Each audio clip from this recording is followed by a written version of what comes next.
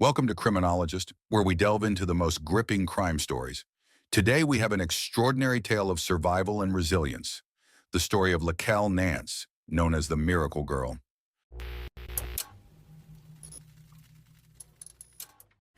Lachele Nance was born on July 10, 1996, to Michelle Humos and her boyfriend in Lake Worth, Florida. Growing up, she was described as a beautiful, bubbly, and exceptionally intelligent girl. Her mother told the media that she had a photographic memory, saying, "She had a great mind. She could remember anything if she saw someone one time, and if she saw them again, she knew who they were. She knew them by their name." Lachele was close to her mother and her godmother, Lisa Taylor. Lisa and Michelle were inseparable best friends, and their kids forged a strong, close-knit bond. They frequently spent time together, often visiting and staying at each other's homes.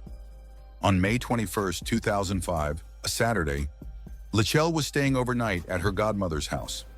It was not uncommon for Lachele to spend her weekends at Lisa's house, as her mother, Michelle, often worked on weekends. Just like any other overnight stay, Lachele played with Lisa's children and went to bed around 11 p.m. Lachele shared a bed with Lisa's one-year-old grandson, and everything seemed quiet up until 1 a.m. when Lisa's daughter, Danielle, returned home around 1 a.m. from roller skating with friends. Danielle decided to check up on the baby. To her surprise, Lachele wasn't in her bed. Worried, Danielle woke up her mother, Lisa.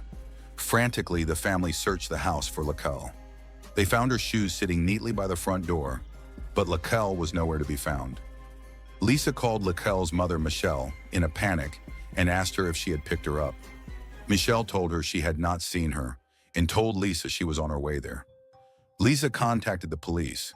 Once the police arrived at the house, Milagro Cunningham, a 17-year-old teenager who had been living with the family, knocked at the door. When they opened it, they saw Milagro on the ground wearing a shirt that was torn and covered with dirt. He claimed that he witnessed a Caucasian man forcibly taking Lachele from her bedroom and speeding away in a station wagon identical to their family's vehicle. He told police that without hesitation, he sprung into action, pursuing them for 8 blocks until he reached the station wagon. As he approached the car, the white man jumped him. 3 other white males joined in the attack, throwing him to the ground and kicking and punching him. He claimed they beat him for 20 minutes before leaving him. Strangely, Milagro didn't seem to be injured. Milagro was not Lisa's kid. He was a teenager from the Bahamas. His mother was a drug addict, and when he was 15 years old, she sent Milagro to Florida in 2003 to live with his aunt, as she could not care for him. While staying with his aunt, Milagro was arrested 3 times by the police on burglary charges. He also had been arrested on a charge of throwing a rock through a car window. He was enrolled in Jonathan Leonard High School in Lake Worth, but dropped out after one of his arrests. His aunt became frustrated with his criminal activities and threw him out. After his aunt threw him out, he shuffled around from home to home. Soon he met Eddie Taylor, Lisa's son, and became friends with him. Eddie allowed him to sleep in his mother's broken-down car. When Lisa learned about him, she felt sympathy for him and really wanted to help. She welcomed him into her home with open arms, and he became part of the family. Lisa couldn't get him back in school or find him a regular job. Milagro didn't have a green card or a birth certificate because he had entered the U.S. on a visitor's visa from the Bahamas and overstayed the short-term limit.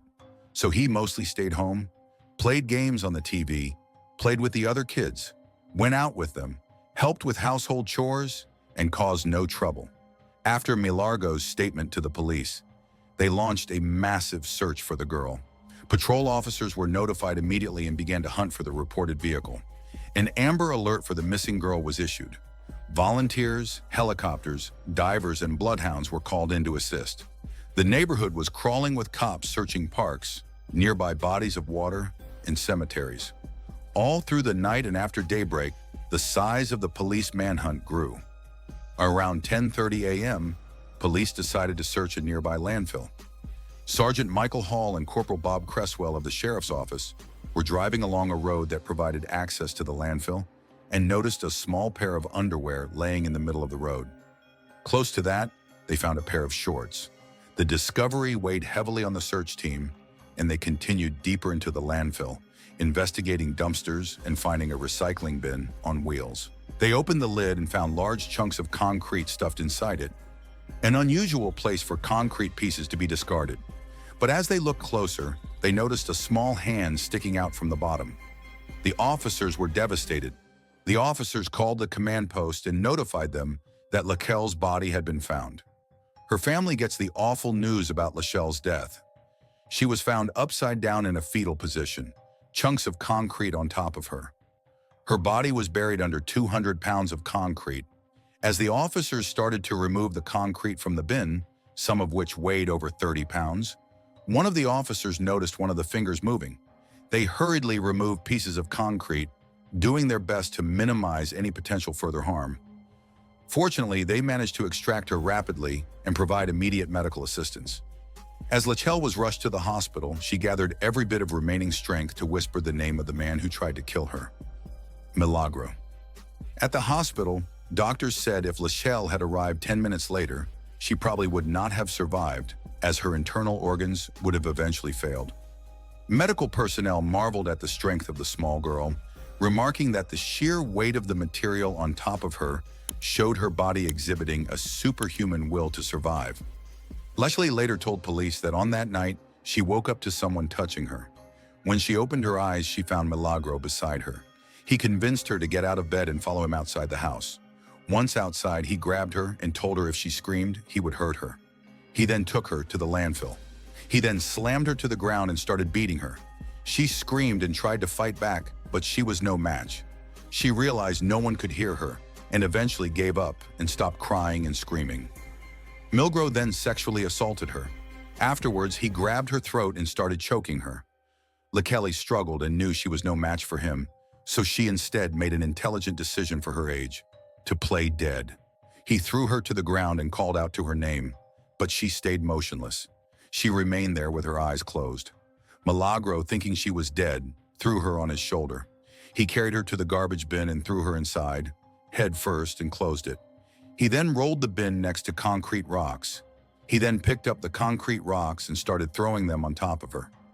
Lachele said, "As he was throwing the rocks on top of me, he was saying sorry and laughing after each rock." Lachele was only 50 pounds at the time, and the concrete rocks on top of her were 200 pounds. She could not move or scream. She lay there for 8 agonizingly painful hours. She said she really thought she was going to die.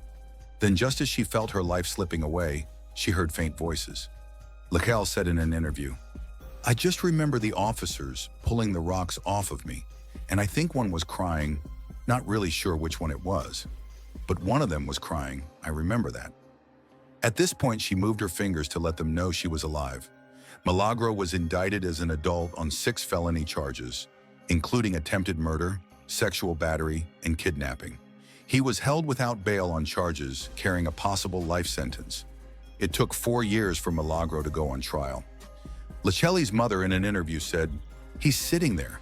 He's got this smile on his face, this smirk, and you just want to beat the hell out of him, but you know they're not going to let you." During his trial, his defense claimed Milagro is borderline mentally retarded. He lacks the ability to plot a crime and claimed that he has the mentality of a 7-year-old and didn't know right from wrong. Lachele's mother, Michelle, firmly rejected the notion that a 7-year-old child would attempt to strangle someone to death and then go through the effort of concealing the crime by using exceptionally heavy concrete blocks. The jurors also saw through the defense's insanity argument and sentenced him to 4 life sentences.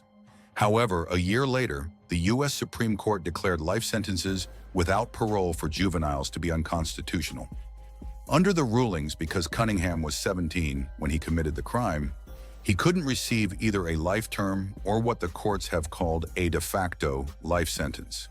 Milagro's public defender asked the judge to reduce the sentence further, citing his serious heart and kidney problems. The judge, however, disagreed, and in hopes of keeping Milagro locked up as long as possible, sentenced him to 50 years in prison. Milagro was diagnosed with end-stage kidney disease, receives dialysis 3 times a week, and has a pacemaker. A doctor estimated he is likely to die within 15 years. His sentence will be reviewed after 11 years. Lachele was nicknamed Miracle Girl due to her unwavering strength and courage. Lachele started a nonprofit organization called Many Girls Like Us, where she helps other young victims of assault.